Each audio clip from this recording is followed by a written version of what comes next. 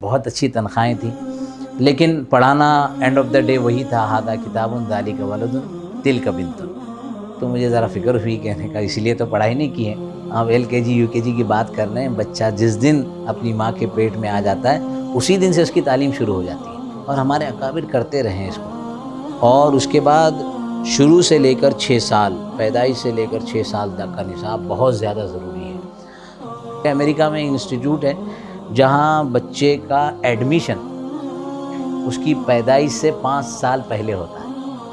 अच्छा, ये कैसे? मैं आपको बताऊं, ऐसे महय्युरुल वक़ूल हमारे नताइज हैं, ऐसे ऐसे केसेस आए हैं हमारे पास कि मैं आपको कैमरा में बता नहीं सकता। ऐसे ऐसे केसेस कि अजीब अजीब जहन बन गया। उसको कहा गया, बच्चे को पूछा गया कि तेरी ख्वाहिश क्या है, तो क्या चाहता क्या है? तो बोले सबसे पहले मैं अपने बाप का मर्डर करना चाहता हूँ।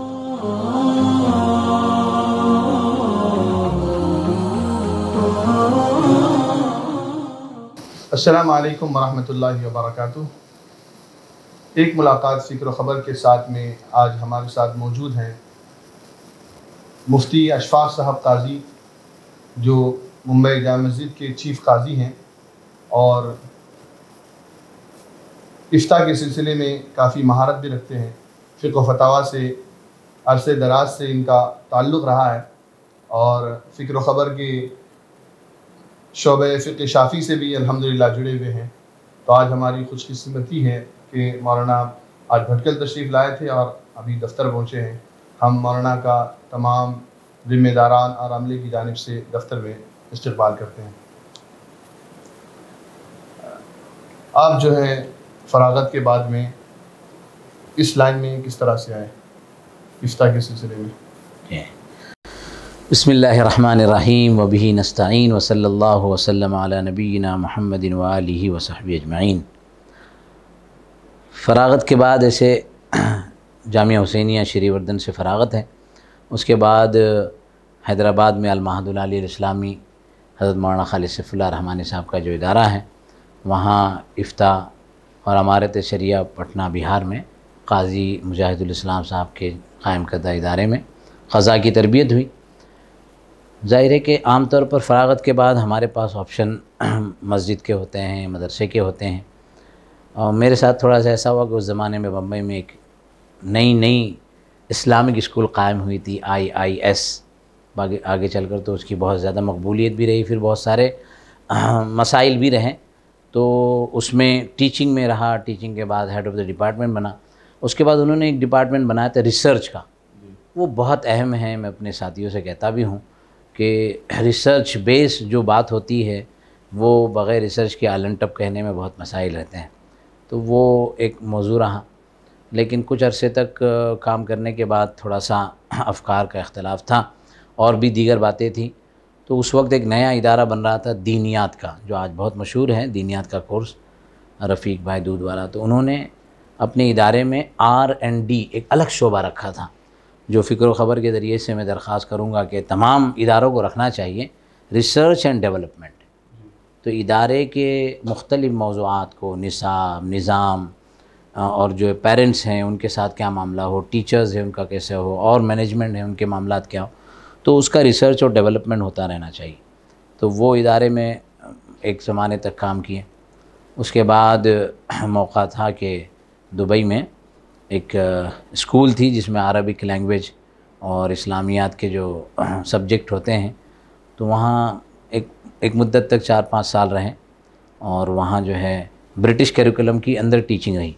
अब ब्रिटिश करिकुलम की टीचिंग का अंदाज़ बहुत मुख्तलिफ होता है, बहुत सिलेबस जो है वो प्लान होता है, लेसन प्लान होता है, हर चीज़ का निज़ाम मुरतब होता है।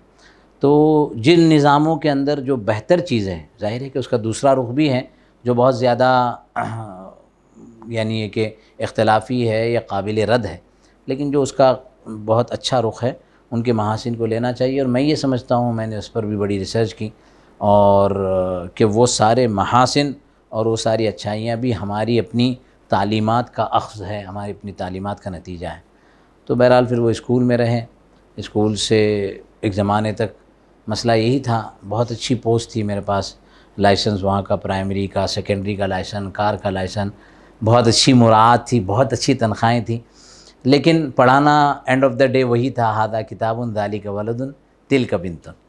तो मुझे ज़रा फ़िक्र हुई, कहने का इसलिए तो पढ़ाई नहीं की है, लिहाजा अल्लाह ने असबाब बनाए और दारुल इफ्ता वल इरशाद जुमा मस्जिद बम्बई में, जो फ़िक़्ह शाफ़ई की मुनासबत से फतावा के लिए क़ायम किया गया था, वहाँ मुफ्ती सलमान साहब थे। अचानक एक हादसे में उनकी वफ़ात हुई। हज़रत मुफ्ती रफ़ीक़ पुरगर साहब दामद बरकातुहुम आलिया उसके इदारे के ज़िम्मेदार, तो वहाँ पर ज़रूरत पेश आई तो हज़रत मौलाना शौकत साहब नज़ीर नव्वरल्लाहु मरक़दहु व क़ुद्दस सिर्रुहु के मशवरे के बाद और इन हज़रात के अमल के बाद जो है दारुल इफ्ता में मेरा तक़र्रुर हुआ।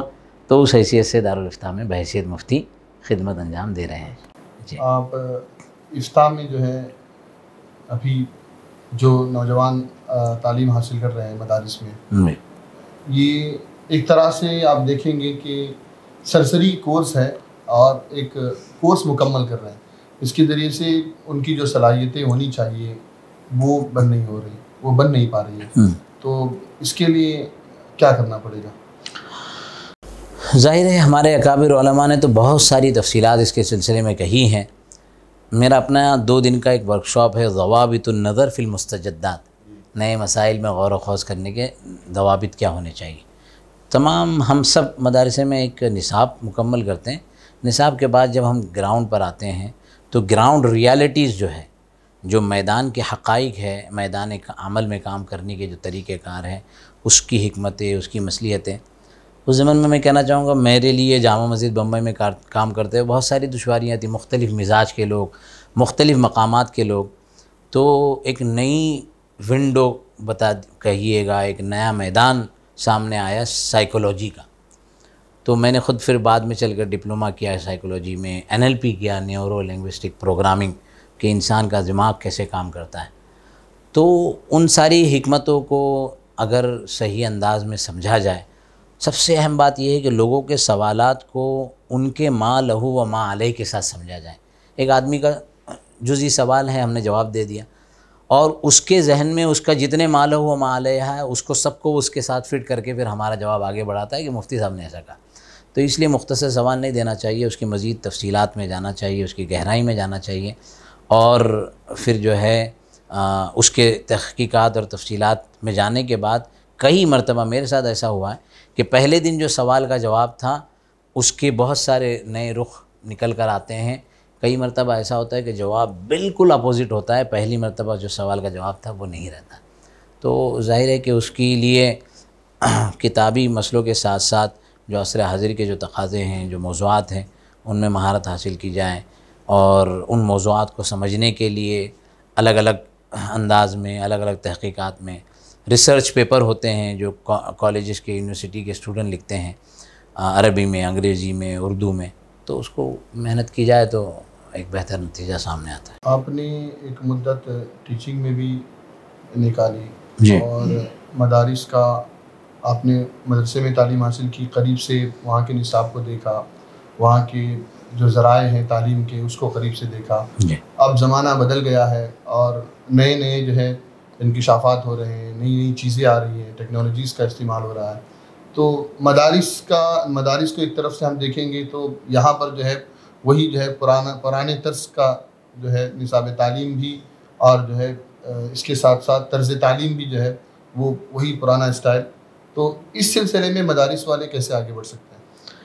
देखिए, हज़रत मौलाना सज्जाद साहब दामद बरकातुहू बहुत अच्छा जुमला कहते हैं, हमें निसाब तालीम के तब्दीली की कोई बहुत ज़्यादा ज़रूरत नहीं है। निसाब तो हमारा, और बुनियादी निसाब हमारा कुरान और हदीस है, उसको अपग्रेड करने की ज़रूरत है, उसको अपडेट करने की ज़रूरत है, और उसके तर्ज़ तालीम के अंदर चीज़ों को बढ़ाने की ज़रूरत है। ऑलरेडी जो हमारा निसाब और हमारा निज़ाम है वो बहुत अच्छा है, लेकिन बहुत अच्छा है, बहुत कामिल और मुकम्मल दौर हाजिर के तकाज़े के एतबार से नहीं है।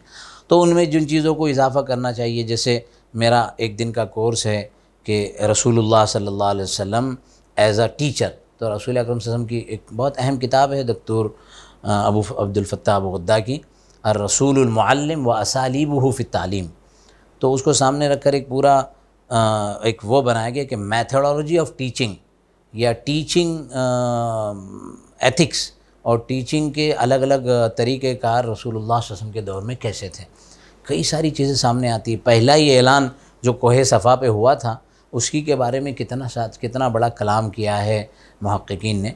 तो मैं कहता हूँ 151 जो है टीचिंग के मेथोडोलॉजीज़ हैं, तो उन सब को अगर उसमें बिल्ड किया जाए तो यकीनन वो बेहतर तरीका हो सकेगा इंशाअल्लाह। इसके लिए शुरू से जो है लेना पड़ेगा LKG UKG से, या फिर जो है और जो क्लासेस हैं? मैं तो अल्लाह मेरे लिए हिम्मत दे, मैं निसाब बना रहा हूँ उस 9 महीने का जिसमें बच्चा अपनी माँ के पेट में होता है।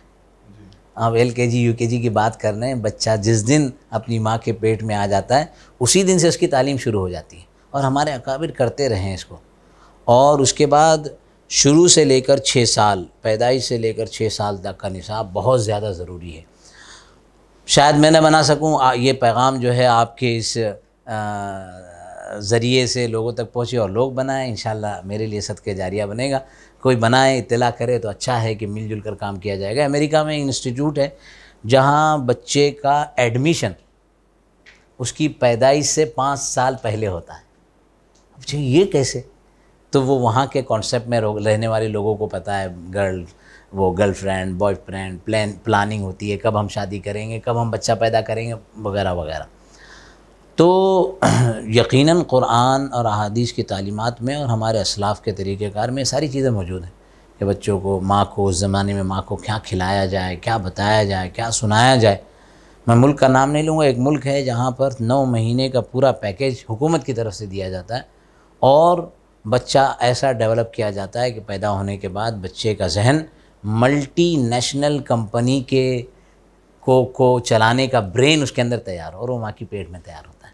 तो निसाब तालीम LKG UKG बहुत दूर है, हमें तो पैदाइश बल्कि उससे पहले से निज़ाम बनाना चाहिए। इंशाअल्लाह बनेगा और हमारे बहुत सारे अहबाब इस पर काम कर रहे हैं। आप मदरसे के फ़ारिग हैं और इस मैदान के साथ साथ आपने दूसरे और मैदानों में काम किया है, तो इस तफसीलात इसके बता दें। हमने अभी इन मार्च में एक इदारा कायम किया, फैमिली फ़र्स्ट गाइडेंस सेंटर। असल में दारुल इफ्ता में हैं, जितने मुफ्तियान, जितने दारुल इफ्ता के लोग जो सुन भी रहे होंगे, जिन तक ये पैगाम पहुँचेगा, यकीनन उन सबको पता है कि दारुल इफ्ता में ज़्यादातर इस दौर में मसाइल आते हैं, नज़ाआत, इख्तलाफात, झगड़े। मुफ्ती के पास आता है कि भाई तलाक़ दे दिया है, 3 तलाक़ दे दिए हैं, या हमारे घर में खुलाकत, एकदम आखिरी स्टेज पर बात पहुंचती है। तो ये एक पेन था, एक दर्द था कि ऐसा क्यों होता है, क्यों नहीं लोग पहले आते।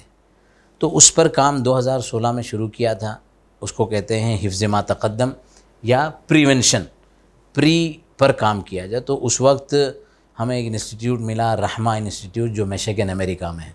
तो उनसे ऑनलाइन 10 हफ्ते की क्लासेस हुई, पूरी एक टीम बनाई गई और साइकोलॉजिकल पॉइंट ऑफ व्यू से साइकेट्रिस्ट और साइकोलॉजिस्ट, कुछ लॉयर्स, कुछ CA आपस में मिलजुल कर कि किस तरीके से उसको डेवलप करें। तो करते करते फिर मवद्दतन व रहमतन, मवद्दा एक इदारा है जो जद्दा में है, उनसे मैंने 2-3 कोर्स मैंने ख़ुद किए। अल्हम्दुलिल्लाह अभी हमारा उनका एग्रीमेंट साइन हो गया कि हम दोनों मिलकर काम करेंगे। उन्हीं के यहाँ कोर्स करने के बाद सारी चीज़ें उनसे हुई। साउथ अफ्रीका में इदारा है होप लाइन और केयर लाइन, 2 इदारे हैं। हम रेडियो इस्लाम की निस्बत पर वहाँ गए थे, तो वो एक इस तरह का इसी मौजू पे काम करते हैं। मलेशिया ऐसा मुल्क है जहाँ प्री मैरिज काउंसलिंग कोर्स हर कपल के लिए ज़रूरी है। तो इन सारी चीज़ों को देखने के बाद फैमिली फ़र्स्ट गाइडेंस सेंटर बनाया गया, जिसके 3 एरियाज़ हैं। एक है मैरिटल काउंसलिंग, जिसमें pre and post marriage counselling, शादी से पहले भी तरबियत हो, शादी के बाद कोई मसाइल हो, पहले ही उसका अमल में किया जाए। दूसरा है माशियात के मैदान में फ़ाइनेंशियल काउंसलिंग। लोग 20 साल का पार्टनरशिप है, झगड़े में लेकर आए, भाई एग्रीमेंट क्या था, कोई एग्रीमेंट नहीं था, अंडरस्टैंडिंग क्या थी, कैसे पैसे लगाएंगे, मुजारबा था, मुशारका था, इजारा मॉडल था, वकाला मॉडल था, कौन सा मॉडल था, हाइब्रिड मॉडल था, तो हाइब्रिड मॉडल के टर्म्स एंड कंडीशंस क्या थे, बहुत सारी चीज़ें इसमें होती हैं। तो कोई नया इदारा अगर करना चाहें तो उसके लिए हम उस तरह की सहूलियात दे सकें। जो ऑलरेडी कर चुके हैं तो उनको हल करने के क्या तरीके हो सकते हैं, ये फाइनेंशियल काउंसलिंग में आता है। और तीसरा है मेंटल हेल्थ।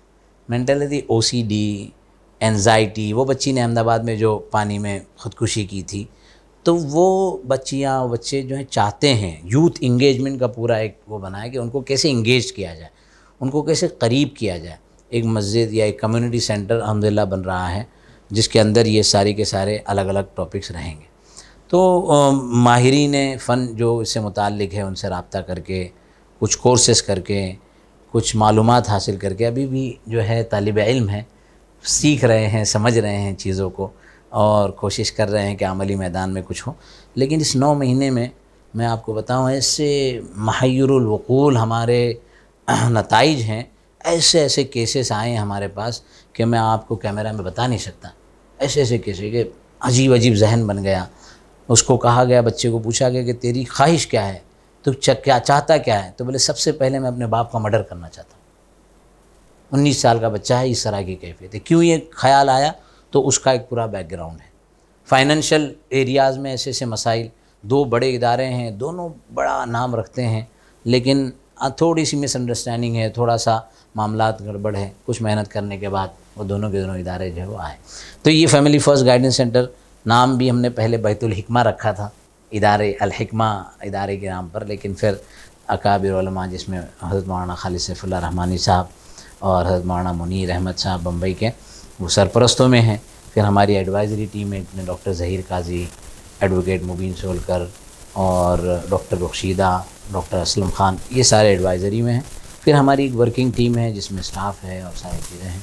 मुफ्ती साहब, फ़िक्र ख़बर के नाज़रीन के लिए क्या पैगाम देना चाहेंगे? फ़िक्र ख़बर के नाज़रीन के लिए पैगाम, बहुत अहम सवाल है कि पैगाम नाज़रीन के लिए क्या है। पैगामात का एक सिलसिला होना चाहिए, आपके पास ऑलरेडी है। लेकिन माशाअल्लाह हमने करीब से जब आपके पहले 10-11 साल से सुनते हैं और हाशिम साहब से हमारे बड़े गहरे रवाबित हैं। मुंबई जामा मस्जिद में हमने मखतूतात का मैन्युस्क्रिप्ट्स का जो काम किया है वो उन्हीं के साथ किया है। और यहाँ आकर बड़ी खुशी हुई कि बहुत अच्छा सेटअप आपका बना हुआ है, ख़बरें लोगों को पहुँचती है, बर वक्त इत्तला पहुँचती है। तो नाज़रीन को चाहिए कि इस तरह के इदारों को दिल और जान से अपना, जैसे कहते हैं ना कि जानी माली जिसकी जो सलाहियत है उससे वो ताउन करे ताकि ये इदारा मज़ीद और आगे बढ़े। मीडिया की बहुत बड़ी हमारी ज़रूरत है और उस ज़रूरत को जिस तरीके से फोकस करना चाहिए था, जिस तरीके से तवज्जो देनी चाहिए थी, ऐसी नहीं हो सकी है। लिहाजा फ़िक्र ख़बर ने बहुत अच्छा काम किया है, बहुत अच्छी खिदमात हैं और इसका तो 10-11 साल के बाद मेरे अपने ज़हन में है कि एक बहुत बड़ा जो है ना शॉपिंग मॉल जितना बड़ा होता है, इतने बड़े बड़े जो है इनके इदारे और इनकी सूरतें हो। और इंशाअल्लाह फ़िक्र ख़बर जो है जिस खतूत पर काम कर रहा है इसका मुस्तक़बिल बहुत रोशन और ताबना है। नाज़रीन, ये थे हमारे साथ मुफ्ती अशफाक़ साहब काज़ी, जो मुख्तलिफ़ मौज़ूआत पर तबादले ख़याल कर रहे थे। आखिर में इन्होंने इस बात पर ज़ोर दिया कि मीडिया के मैदान में आगे आने की ज़रूरत है और जो इदारे इस मैदान में काम कर रहे हैं उनका भी हर तरह से ताउन करने की ज़रूरत है। मैं समझता हूँ कि इनकी गुफ्तगू से आपको ज़रूर फ़ायदा हुआ होगा। इंशाअल्लाह फिर कभी किसी और शख्सियत के साथ हम आपके रूबरू होंगे। आप हमसे जुड़े रहिए। वस्सलामु अलैकुम वरहमतुल्लाहि वबरकातुहू।